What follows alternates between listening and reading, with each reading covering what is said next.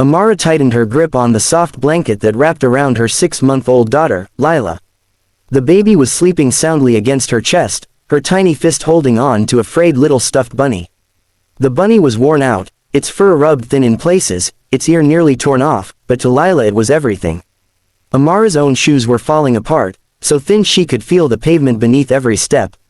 It had taken her almost 2 hours, 3 bus rides, and the last of her coins to reach the gleaming skyscraper downtown. She stood in front of it now, her stomach growling from skipping breakfast, her heart thundering in her chest. She had no business being here. The polished glass building looked like it belonged to another world, one where people in expensive suits hurried past her, their eyes glued to phones, their lives worlds away from hers. But she had promised herself that for her daughter, she would swallow her fear. Her friend Rosa, who worked as a receptionist in another office, had whispered to her a week ago, "Go to Donovan Enterprises." The CEO, Nicholas Donovan, he may look cold, but he funds charities. Sometimes he helps single mothers. If anyone would give you a chance, maybe it's him. Amara had laughed bitterly at the time. What were the chances that a billionaire CEO would even let her step into his office? But when the landlord threatened to evict her and she realized she had just enough money to buy formula for 3 more days, she had no choice. She pressed her lips against Lila's soft hair and whispered, "We'll try, baby. For you, Mama will try." Inside, the lobby gleamed with white marble floors and crystal lights. Her reflection in the polished surface looked out of place, second-hand clothes, messy hair pulled into a bun, and shoes that had once belonged to Rose's cousin. People in tailored suits glanced at her with raised brows, but she kept walking toward the reception desk, clutching her daughter close. The receptionist's smile faltered when she saw Amara. "Can I help you? I need to speak to Mr. Donovan," Amara stammered. "It's important." The receptionist gave a tight smile. "Mr. Donovan doesn't take in scheduled appointments." Amara's throat tightened. She opened her mouth to plead, but before she could, Lila stirred and let out a small whimper. Her tiny hand waved in the air, gripping the bunny. Something about the sight of the baby made the receptionist pause. She sighed softly, lowered her voice, and said, "Wait here. I'll ask his assistant." Minutes later, Amara was ushered into an elevator. Her knees nearly gave way from shock. "I'm really going up there." The top floor smelled of leather and polished wood. The assistant, a kind-eyed woman named Evelyn, led her down a hall and opened a door into the largest office Amara had ever seen. Floor-to-ceiling windows revealed the city skyline. Behind a massive desk sat Nicholas Donovan himself. He was exactly as people described, impeccably dressed in a tailored suit, his expression sharp, eyes focused. He barely looked up from the papers in his hand as Evelyn murmured, "Sir, this is Miss Amara. She asked to see you." Nicholas finally raised his gaze. His eyes were a striking gray, cold and unreadable. "This is highly irregular," he said flatly. "I don't usually." But then his eyes flicked to the baby in her arms. For the briefest second, something softened. "You have 5 minutes, he said, leaning back in his chair. Amara's throat was dry. She swallowed hard. "Mr. Donovan, I don't want charity. I only want a chance to work. I clean offices, I can do anything, mopping, typing, whatever you need. I lost one of my jobs, and her voice cracked. I just need to provide for my daughter." As she spoke, her baby shifted. The bunny slipped from Lila's grasp and dropped onto the polished hardwood floor with a soft thud. Amara gasped. That bunny wasn't just a toy, it had been her mother's gift before she passed away, the only comfort Lila had at night. She bent down hurriedly to grab it, but before she could, Nicholas Donovan was already on his feet. The CEO, this man rumored to be ruthless in the boardroom, walked around his desk and knelt down. He picked up the bunny carefully, as though it were something fragile and precious. His thumb brushed the worn fabric, and his jaw tightened. He didn't hand it back immediately. He stared at it, his eyes distant, as if pulled into another time, another place.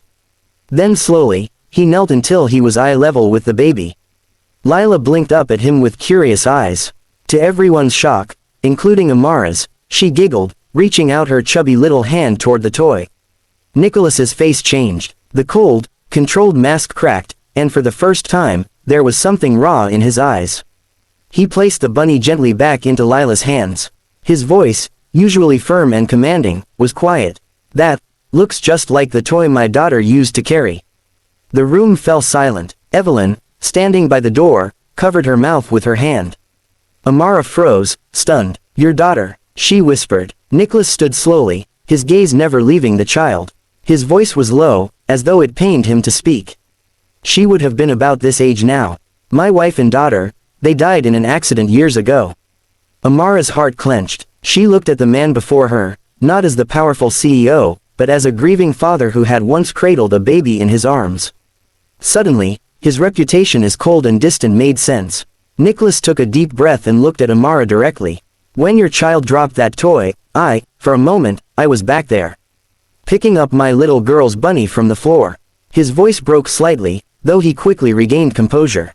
But the vulnerability had already shown, and it hung in the room like a heavy cloud. Amara's eyes filled with tears. She whispered, "I'm so sorry for your loss." For a moment, the two of them stood in silence, one mother fighting for her child's future, one father haunted by the child he lost.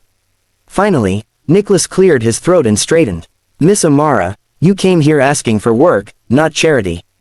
That is something I can give you." Amara's heart leapt. She clutched Lila tighter, her voice shaking. "I'll do anything, sir. I promise I'll work harder than anyone." Nicholas studied her for a long moment. Then he shook his head lightly. "No, not cleaning floors. You have courage, determination. To walk into this office, to speak for your child, that takes strength. I won't waste that." He called his HR director immediately. "Find a suitable position in administration. And arrange training so she can advance." His tone brooked no argument. Amara covered her mouth in disbelief. "Sir, I don't know how to thank you." Nicholas's gaze softened on the baby. "Take care of your daughter. That's thanks enough." Before she left, he added quietly, "We also have a daycare facility here. Bring her with you. She'll be safe while you work." Amara burst into tears. She bent over, pressing her lips against her daughter's forehead. "Did you hear that, baby? Mama got us a chance." Evelyn was crying silently at the door. Even Nicholas, though he quickly turned toward the window, blinked rapidly. As Amara walked out of the office with tears of relief streaming down her face, Nicholas remained by the glass, staring out at the city. His reflection looked as lonely as ever, but for the first time in years, he felt something stir in the hollow part of his chest. Watching the young mother's silhouette fade down the hall, he whispered to himself, maybe this is what second chances look like. Epilogue. Weeks later, Amara began her new job. She learned quickly, her confidence growing every day. Lila thrived in the daycare, her laughter filling the hallways whenever Amara picked her up after work. Nicholas often saw them in passing. He never intruded, never explained why his gaze lingered a little longer on the child's toy bunny. But those around him noticed a change.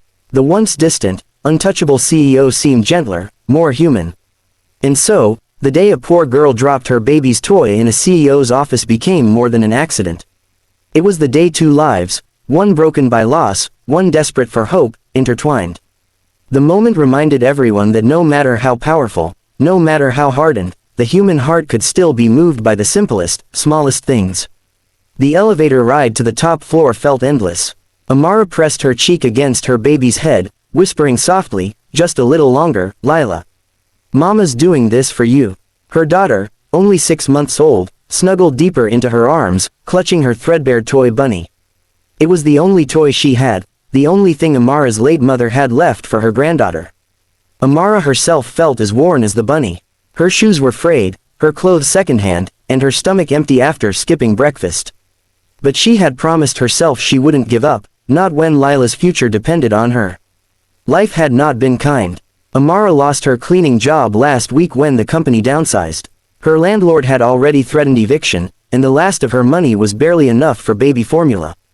Her own needs no longer mattered, only her child's survival. Her friend Rosa, who worked in the city, had told her about Nicholas Donovan, the CEO of Donovan Enterprises. A man with a reputation for being ruthless in business, but who also quietly supported charities.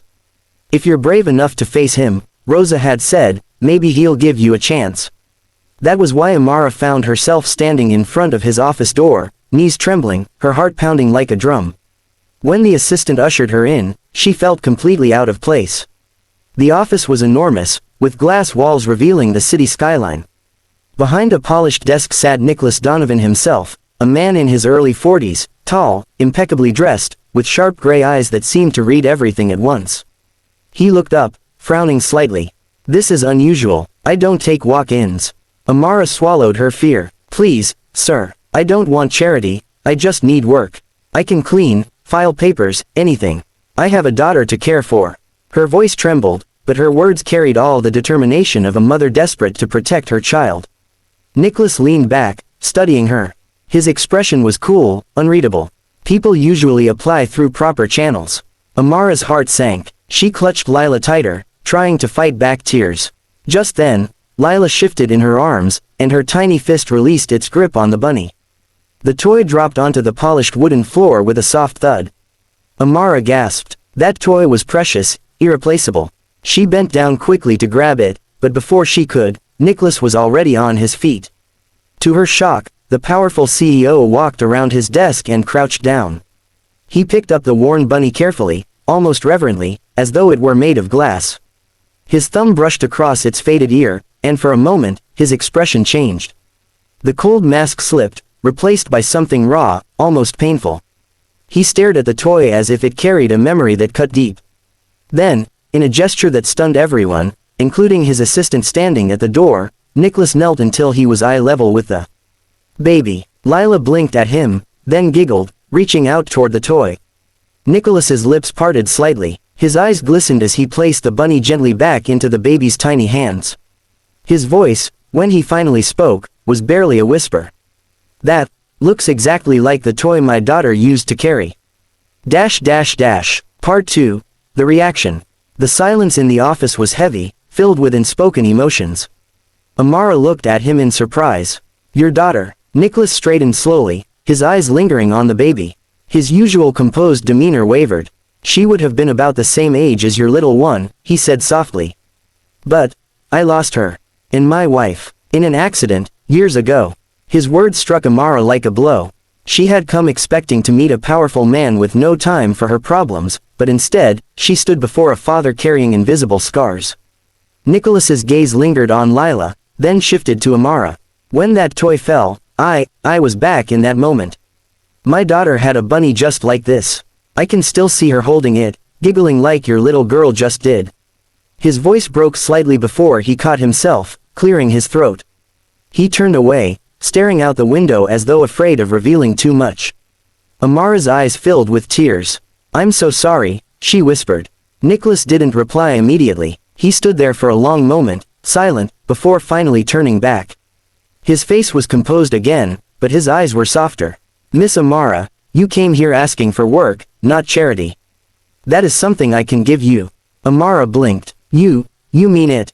You showed courage walking into this office, asking for a chance for your child, he said firmly. That kind of determination is rare. I'll make sure you have a position here, not cleaning floors, but something you can grow in. Her breath caught. She nodded rapidly, clutching Lila close. Thank you, sir. I promise, I'll work hard. Harder than anyone. Nicholas picked up his phone and called his HR director. Find a role in administration. Arrange training. Effective immediately. Amara covered her mouth, overwhelmed. She had come in expecting rejection, maybe even humiliation. Instead, she was leaving with the promise of a new future. But Nicholas wasn't finished. He glanced at the baby, who was still holding her bunny tightly.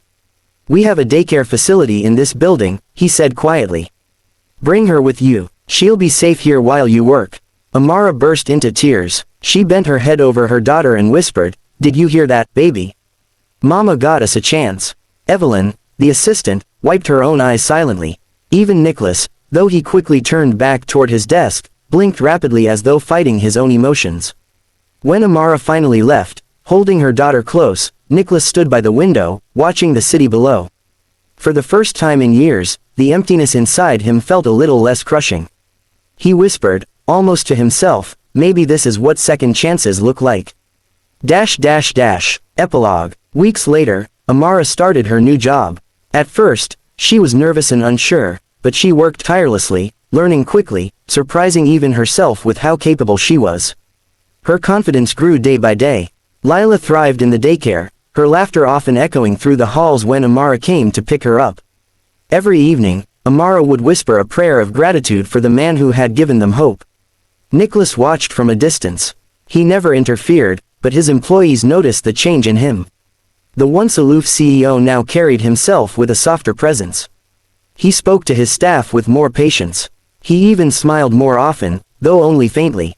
And whenever he saw Amara walking through the lobby, her daughter's bunny clutched tightly in small hands, he felt something stir inside him, a bittersweet blend of grief and healing. The day a poor girl dropped her baby's toy in his office became the day two lives changed forever. For Amara, it was the beginning of hope.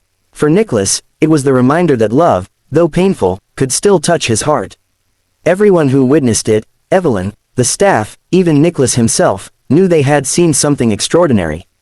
A simple moment, a toy falling to the floor, had opened a door for healing, courage, and new beginnings. And so the story lived on, whispered in quiet conversations, the tale of a poor girl, her baby's toy, and the powerful man whose unexpected reaction left everyone in tears.